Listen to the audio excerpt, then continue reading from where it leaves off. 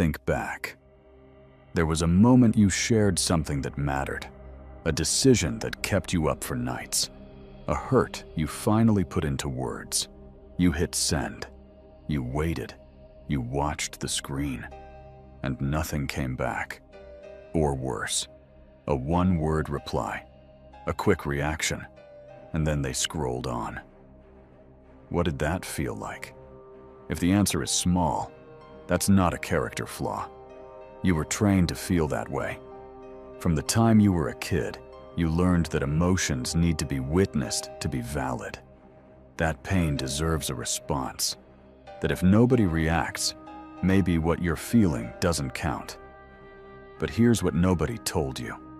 That exact moment, the one where the silence answered back, if you sit with it long enough, it might be the most important thing that ever happened to you. Not because it confirmed your fear, but because it planted the seed of something that external approval never could. The biggest lessons don't come when people are applauding you. They come when the room goes quiet. And you keep going anyway.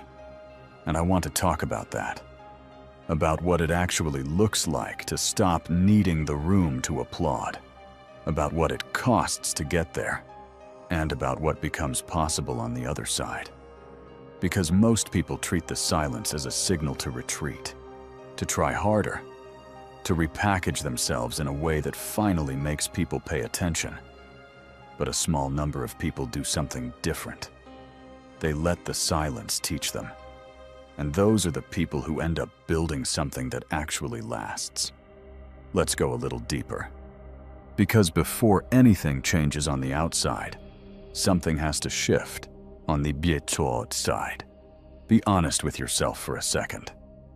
Have you ever posted something, not really to share, but to see how people would react?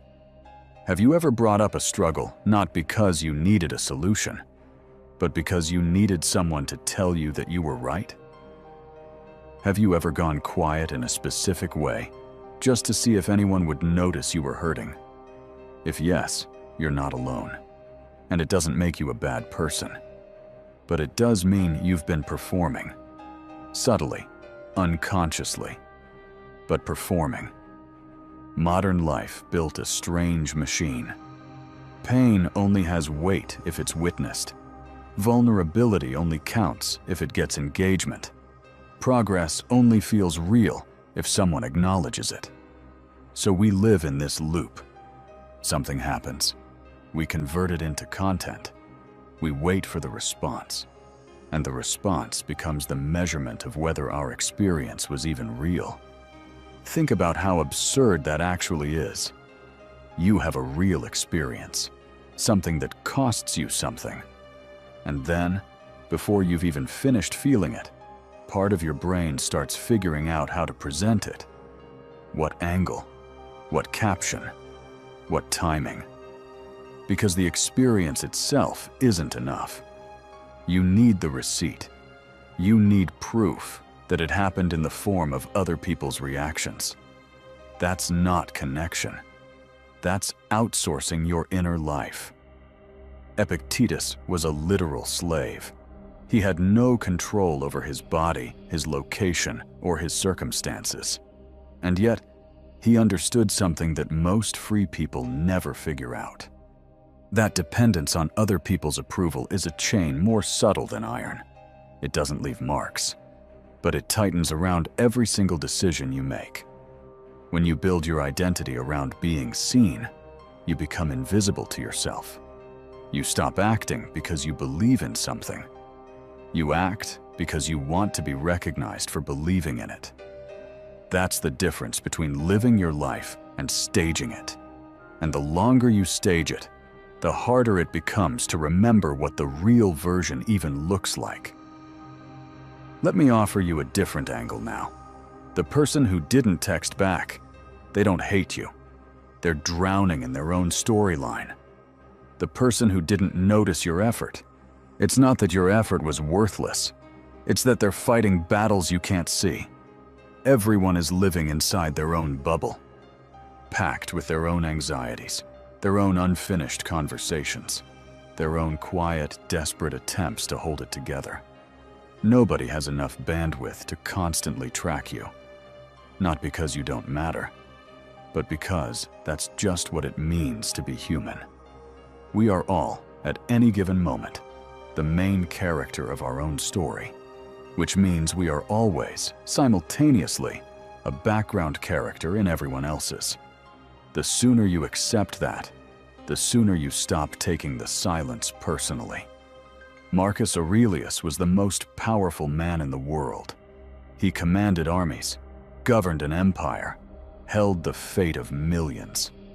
And he wrote to himself, privately, in what became the Meditations, reminding himself not to waste what remained of his life speculating about other people's judgment. He understood something from inside power that most people only learn from pain. Every time you ask yourself, why don't they care? You're handing them a seat in your head they never asked for. You're burning your energy on a question with no real answer, and leaving empty the space where you could actually be building something. Here's the thing that changes everything when it really lands, not just intellectually, but at a gut level. The world's indifference is not a judgment of your value. It's just the nature of the world. And the moment you feel that, really feel it, you stop waiting. You stop freezing. You start moving. Now let's talk about the journey itself, because this isn't something that happens overnight. It moves through 4 stages. The first stage is the illusion. This is the stage nobody admits they went through, even though almost everyone did. You believed that if you tried long enough, quietly enough, patiently enough, the world would eventually notice and give you the recognition you earned.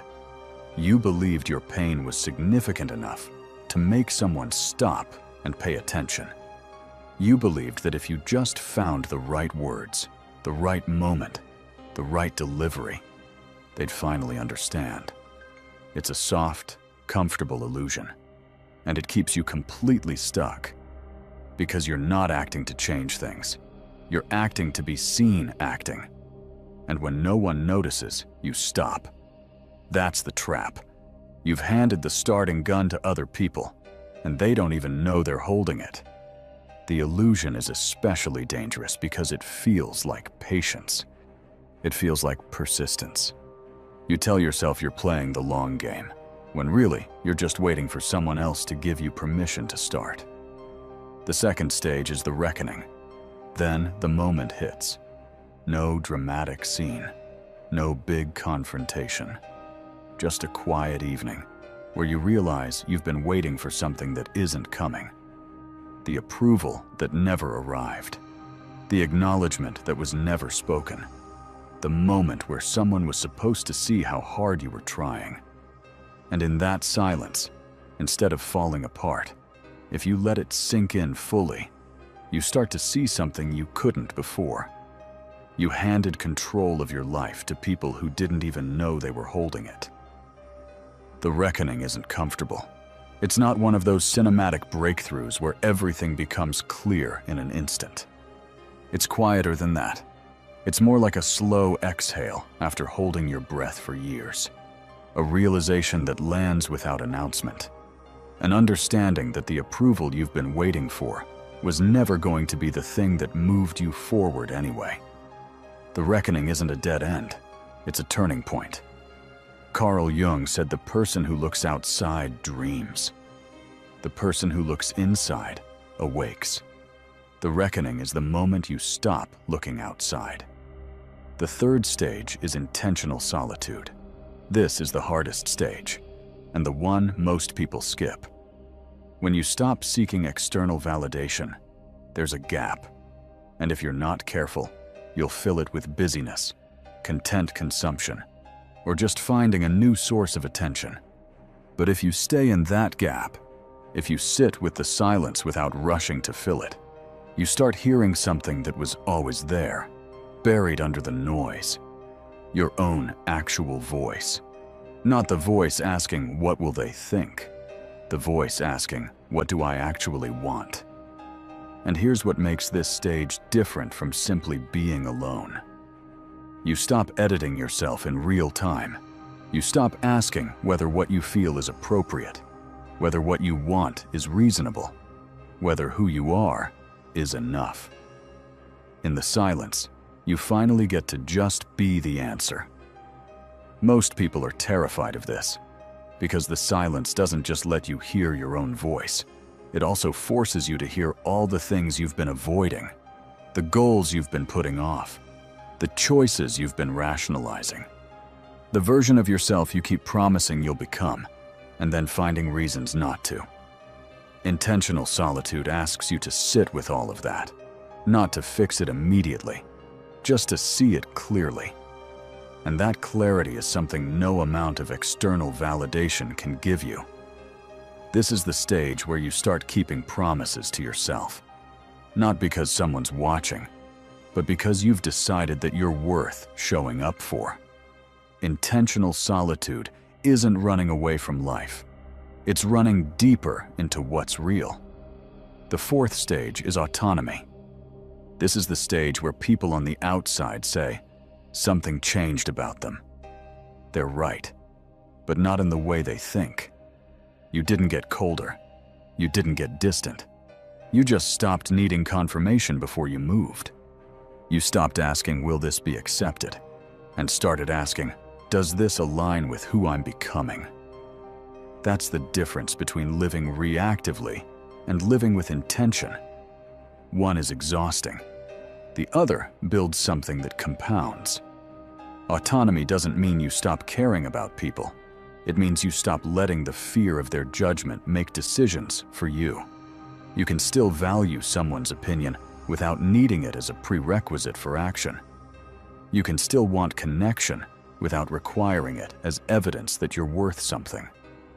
That shift, as small as it sounds, changes everything. Because suddenly, you're operating from a completely different place. Not from fear of disapproval, but from alignment with something real inside you. And actions taken from that place have a different quality to them.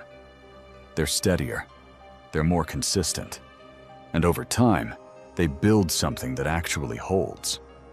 Now here's where it gets practical, because knowing the stages isn't enough. You have to actually live differently. Epictetus said something that still cuts through centuries later.